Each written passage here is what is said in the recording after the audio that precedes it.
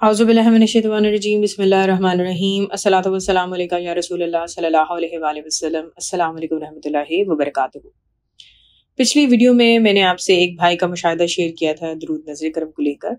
آج میں ان کا ایک مشاہدہ شیئر کروں گی درود ابراہیمی کو لے کر۔ یہ بھائی کہتے ہیں کہ مجھ پر اور میری فیملی پر اکثر جادو کے وار ہوتے رہتے ہیں، جس سے ہم اکثر پریشان بھی ہوتے ہیں، لیکن وہ کہتے ہیں کہ کچھ عرصہ پہلے میں نے یہ کام کیا کہ میں ایک ولی اللہ رحمۃ اللہ علیہ کے مزار پر گیا۔ وہاں میں باوضو ہو کر گھنٹوں بیٹھتا تھا اور درود ابراہیم پڑھتا تھا۔ کچھ عرصے بعد ہی میری خوش قسمتی کہ مجھے حضور صلی اللہ علیہ وسلم کی زیارت نصیب ہوئی۔ آپ صلی اللہ علیہ وسلم میرے خواب میں تشریف لائے۔ آپ صلی اللہ علیہ وسلم کا چہرہ مبارک نور سے بھرا ہوا تھا اور تجلیات کے آگے میری آنکھیں بھر گئیں۔ حضور صلی اللہ علیہ وسلم نے میری جائے نماز پر نماز ادا کی اور پھر سلام پھیرنے کے بعد انہوں نے دعا کی۔ میں آپ صلی اللہ علیہ وسلم کے سامنے گھٹنوں کے بل گر گیا اور رونے لگا، اور آپ صلی اللہ علیہ وسلم سے درخواست کی کہ آپ صلی اللہ علیہ وسلم میرے حق میں دعا کریں۔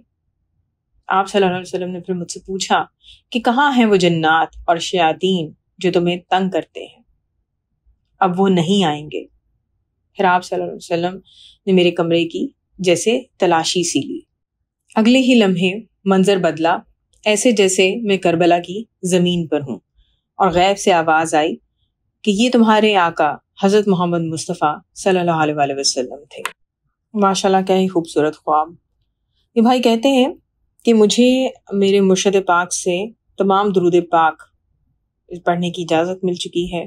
الحمدللہ اب میرے ورد میں درود امیہ، درود رحمت، درود خضری، درود لاہوتی اور اس کے علاوہ بہت سے بے شمار درود شریف کے سیغے شامل ہیں، جن کو میں وقتاً فوقتاً پڑھتا رہتا ہوں۔ وہ کہتے ہیں کہ درود امی کی برکت سے مجھے حضرت با حسین کمال رحمۃ اللہ علیہ کی بھی زیارت نصیب ہوئی، اور انہوں نے مجھے اپنے قافلے میں شامل کیا۔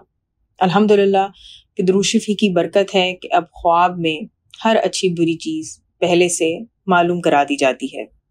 درود شریف میری زندگی کے ہر لمحے کا ساتھی ہے۔ جب بھی ذرا پریشان ہوں تو فوراً درود شریف پڑھتا ہوں، الحمدللہ مسئلہ حل ہو جاتا ہے۔ اس کے علاوہ خواب میں خانہ کعبہ کی زیارت ہو چکی ہے، بہت سے بزرگوں کی زیارت ہو چکی ہے، آب کوثر کے پانی کو چکھ چکا ہوں، جنت کے باغوں کی بھی سیر ہوئی ہے، الحمدللہ۔ ان مشاہدات کو آپ سب سے شیئر کرنے کا میرا مقصد یہی ہے کہ ان کو سن کر کوئی بھی ایک بندہ اگر انسپائر ہو جائے اور درود پاک کی کثرت کرنے لگے تو یہ ڈیفینیٹلی میری خوش نصیبی ہوگی۔ الحمدللہ دعا ہے کہ اللہ تعالی ہم سب کو حضور صلی اللہ علیہ وسلم کی ذات مبارکہ پر کثرت سے درود شریف بھیجنے کی توفیق عطا کریں، آمین ثم آمین۔ اللہ تعالی ہم سب کو دنیا اور آخرت دونوں جہاں میں حضور صلی اللہ علیہ وسلم کی پل پل کی محبت اور قرب عطا کریں، آمین ثم آمین۔ الصلاۃ والسلام علیکہ یا رسول اللہ صلی اللہ علیہ وآلہ وسلم۔ السلام علیکم ورحمۃ اللہ وبرکاتہ۔